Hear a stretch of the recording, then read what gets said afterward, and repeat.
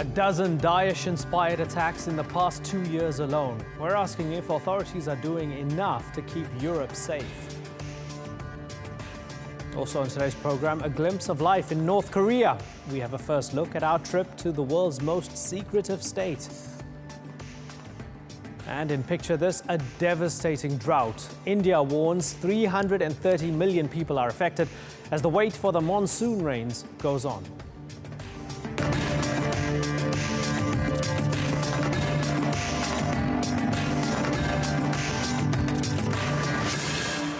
Hello and welcome to the Newsmakers with me, Imran Garda. In the past 2 years, Europe has seen a dozen attacks linked to or inspired by Daesh. The most serious, in Paris last November, killed 130 people. One of the key suspects, Salah Abdeslam, was only arrested last month in Brussels, shortly before a twin attack on the Belgian capital. And as more suspects are arrested, the network behind these attacks only seems to grow. So, why have Europe's intelligence agencies been unable to prevent them?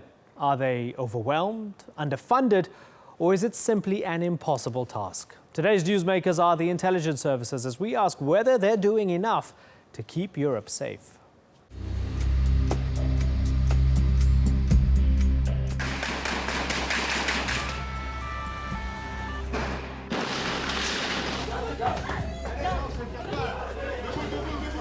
It's important that Europe wakes up, pulls itself together and takes part in the defence against terrorism. That was the message after the Paris attacks in November. Many politicians said Europe had failed. Homegrown attackers planned and executed some of the worst terror attacks on the continent. It wasn't new though. Since March 2014, Daesh carried out or inspired a dozen attacks in Europe. Even though intelligence agencies were on alert, even though world leaders promised to be vigilant, even though many of them were already at war against Daesh in Syria and Iraq.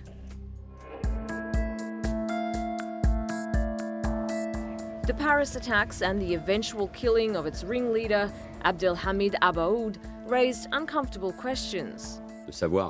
We've had confirmation that Abdelhamid Abaoud was under the rubble, but we need to know why this man, who was the subject of an international arrest warrant issued by Belgium, was able to cross a series of borders. It slowly emerged a number of the other attackers were also known to police. Ismail Omar Mostafai was on a French watch list for 5 years. Sami Amimour was also a wanted man. And then there's Salah Abdeslam, who evaded a Europe-wide manhunt for 4 months before his eventual capture in Belgium. He'd previously been deported from Turkey for trying to enter Syria. It is to our knowledge that Turkey shared intelligence with Western countries on one of the suspects of the Paris attacks and conveyed serious warnings and deported another one to Belgium. But authorities in Belgium released him and he carried out this terrorist attack after being released. Najim Lashrawi, the suspected bomb maker, escaped too. The search was Europe-wide. We have sent also a message to the population to be vigilant because we have some precise and immediate information about possible terrorist attacks, and certainly in Brussels.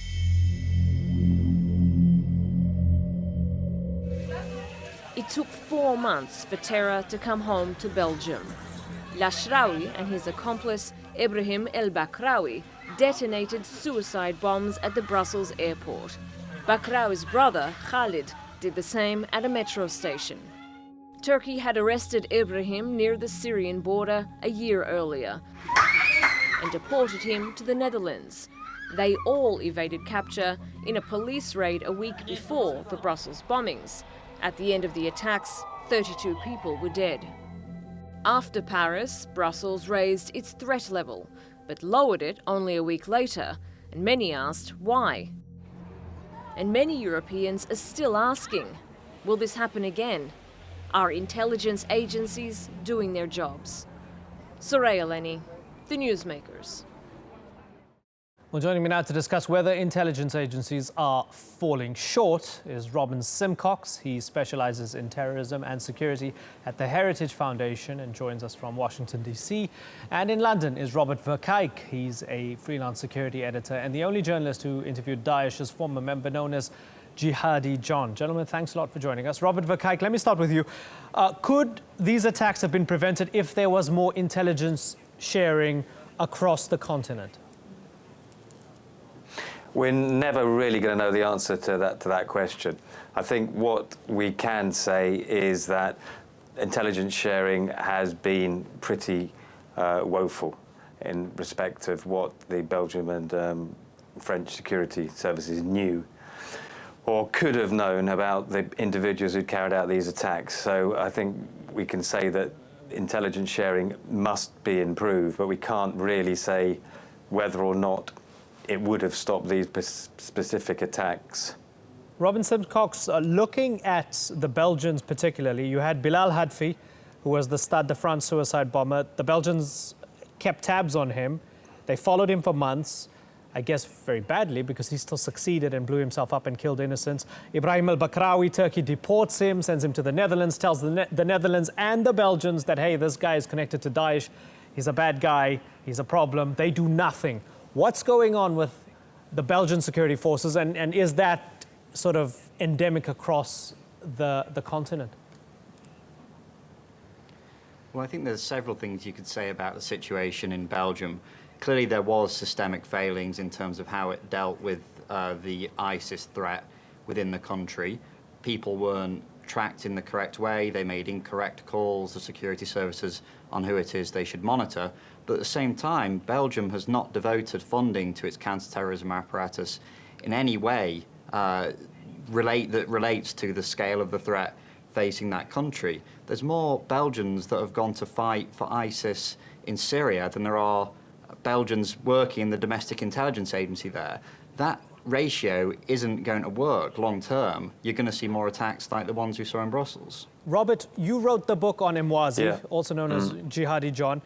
He had a brush with UK intelligence. Now, I've read two arguments here. On the one hand, there's an argument that said, hey, if this guy was on the radar, why didn't they nab him if he was a danger? And then there's the other argument made by Cage and some human rights groups as well that says maybe the harassment of the security forces sort of tipped him over the edge into the hands of ISIS and these jihadi groups. Which one's closer to the truth?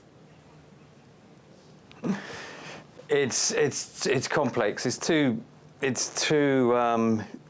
hard a question to answer simply because we're talking about young Muslim youth dealing with all sorts of issues in their lives, and many of them, and I met many of them, will come into contact with the security services, and obviously, you know, not all of it's going to be very positive. To say that simply by coming into contact with the security services, by being interviewed, having your private life disrupted, turns you into a terrorist is not right. It's just that's not a justification, and I don't think it happens like that. So you can't. I don't believe that's what happened to people like Jihadi John. I believe they were on a trajectory, and on that trajectory they met extremists, violent extremists, Islamists, peers from their own London networks, and also the security services. And you know, some of them ended up in Syria, where they met brutal, committed, violent jihadists who could dehumanize them, and then you end up with very dangerous terrorists. And that's why I think we need to stop people traveling to Syria. I think we started off saying, no, we shouldn't. We should let them go because we don't want them in this country. But we've discovered rather frightening just what happens if you do let them go and then don't monitor them and then watch what happens when they come back.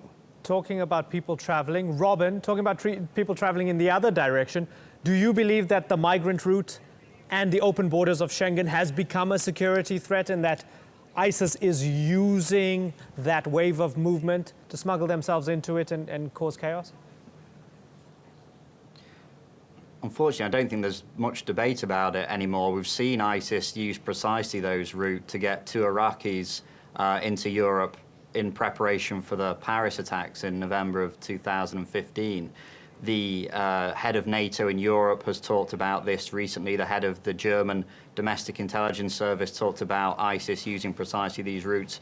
They may not be doing it in huge numbers, but there's absolutely no doubt that ISIS is looking to exploit those routes for its own means. So can you ever, Robin, find a fair and humane way to allow in those refugees who need a safe place of refuge, who are fleeing violence, who are fleeing persecution, but also keep out Daesh? Is there ever a way to do that? Well, this is the question that's on the minds of everyone in Europe, really, at the moment. It's an enormous challenge because the people that are coming into via Greece, for example, a lot of the people fleeing from Syria don't have proper documentation, they don't have proper identification. So European authorities are having an extremely difficult time finding out who's who. At the same time, obviously, there's massive amounts of violence in Syria, and people are understandably fleeing from the awful conflict that has taken place there. I think the route to solving this problem has to lie in Syria. It has to lie in solving the violence there, solving the conflict there, making it so people don't need to flee from their home countries to head to Europe. But obviously, that's a very long way away at the moment. Okay, Robert Verkijk and Robin Simcox, thank you very much for joining us. We are out of time.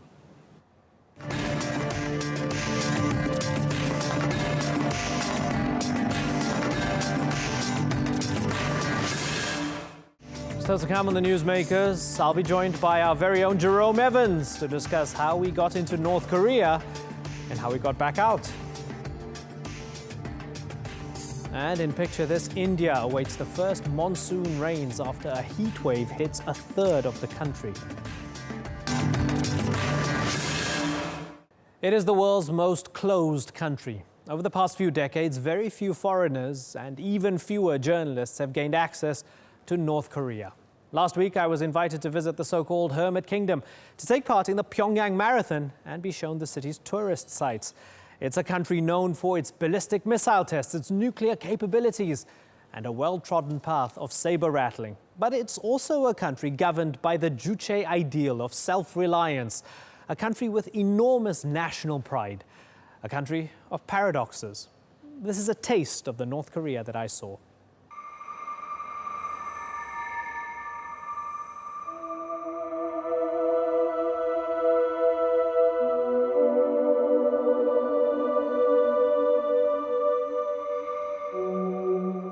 Suspicious of the world, the Hermit Kingdom walls itself in.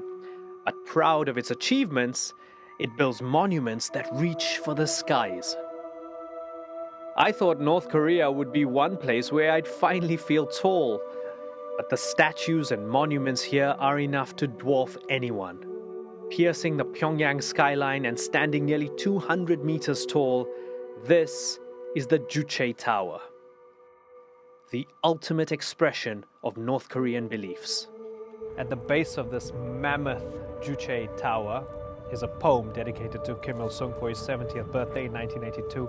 The fifth stanza of this poem reads, "Man is the master of everything, and he decides everything, and decides his own destiny," which emphasizes the Juche need and emphasis on complete and absolute self-reliance.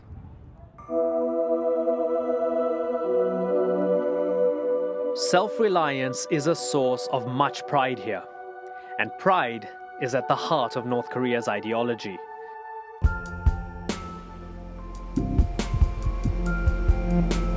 My next stop is Pyongyang's latest tourist attraction, the shooting range.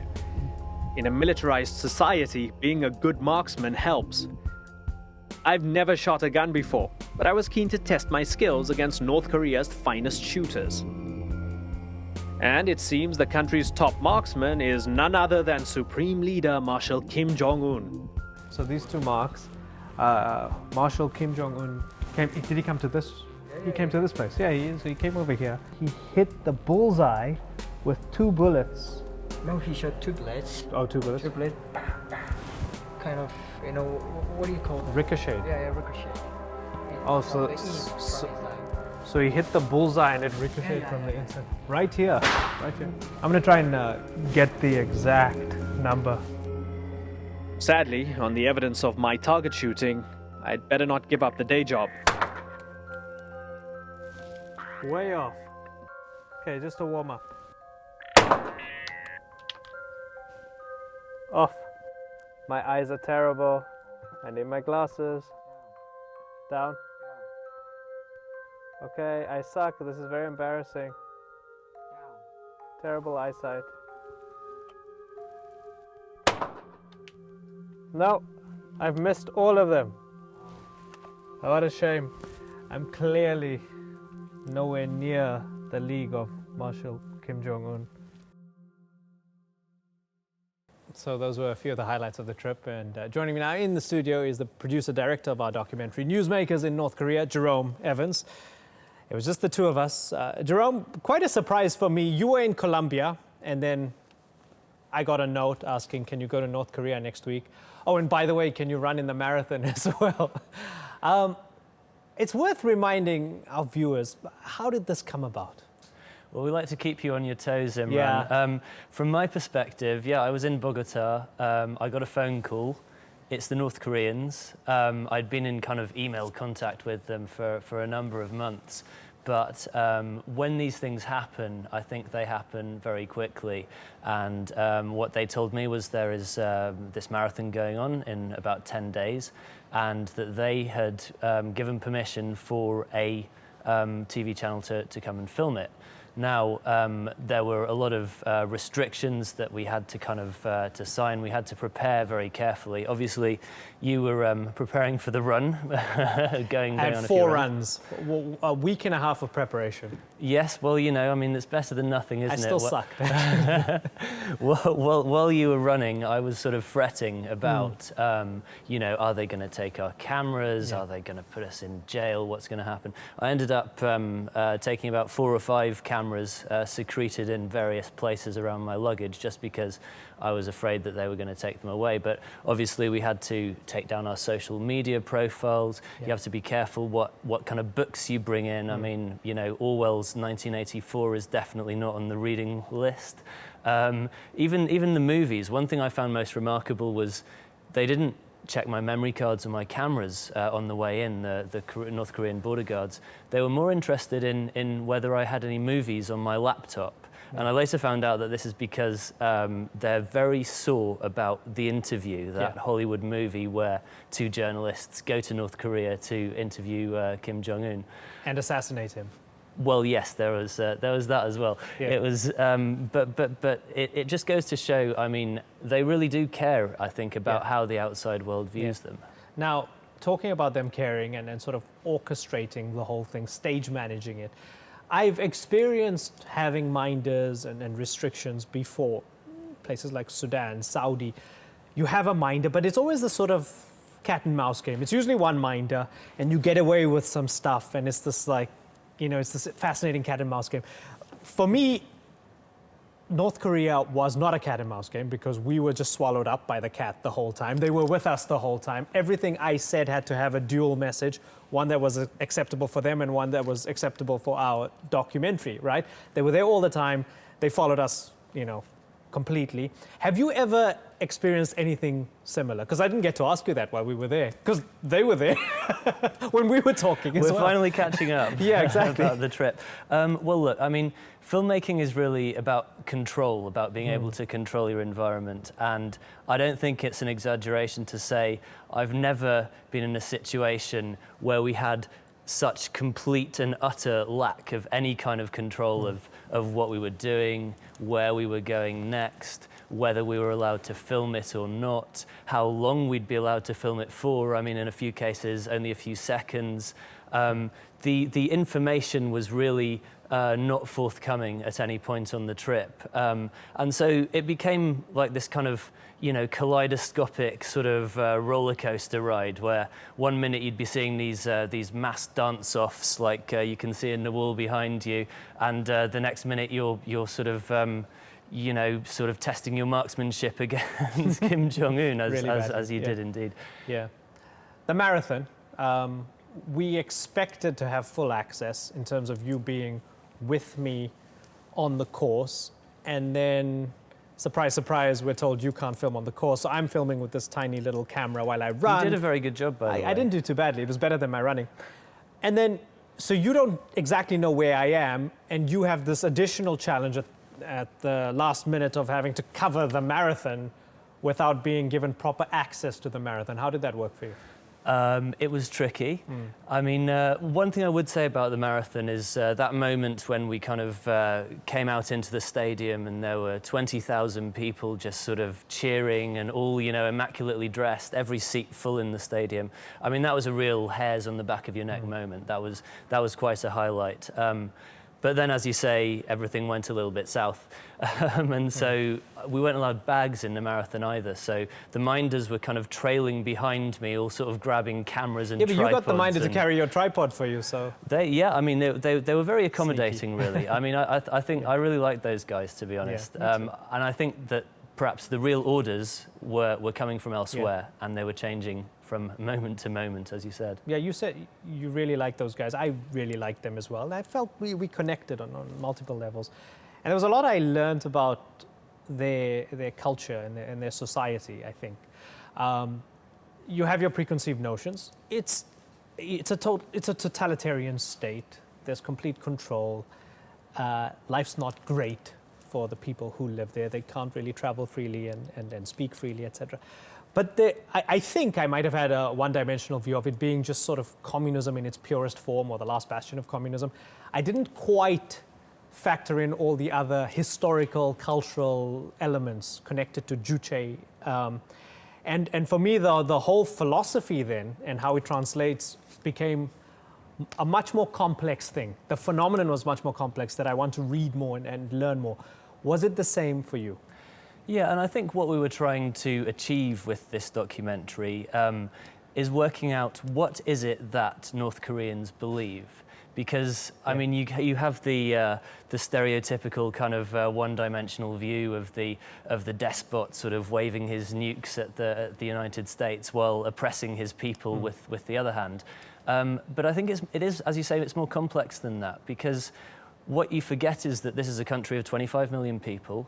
They have all grown up under this system for, in most cases, their entire lives.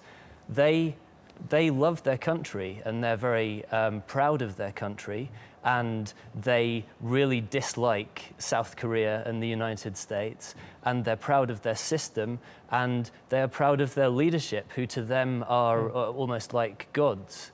So it's simplistic to say that they are being oppressed. What I found was that we had there were very sort of kind, generous, intelligent, urbane people under an impossible system. Yeah, utterly impossible. Jerome, you've done a lot of these. Where does this rank? I mean, I can't wait to share the film with everybody, and it's coming soon. How does this rank compared to the other films you've done? I think I'll leave that for others to judge. Okay, Jerome, great to chat. Loved making the movie with you. It's been an absolute pleasure, Jerome Evans. In today's Picture This, India is experiencing record temperatures and a devastating drought.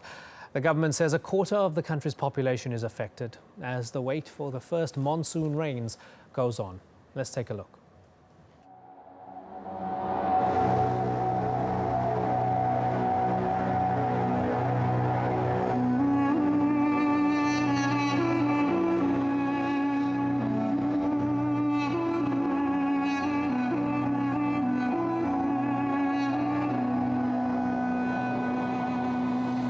Preparing the people to save surface water, groundwater, and rainwater.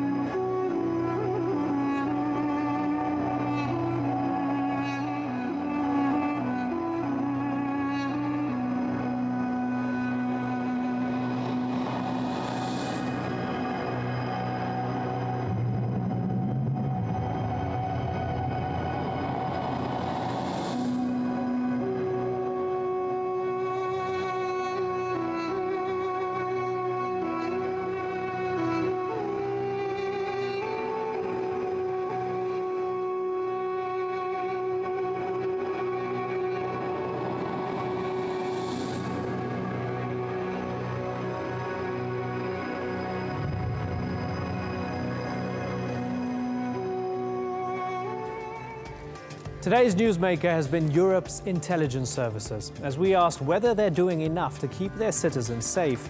There have been a dozen Daesh-inspired attacks in Europe in the past 2 years. So how do authorities stay one step ahead?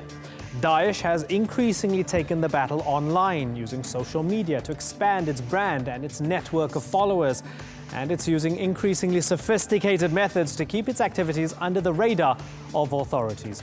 This must be the front line for the intelligence agencies as they try to limit Daesh's reach into Europe. But what will be most concerning for them is that so many of these recruits were born and raised in the societies they chose to attack. You've been watching this edition of the Newsmakers with me, Imran Garta. As always, thanks for watching. Bye-bye.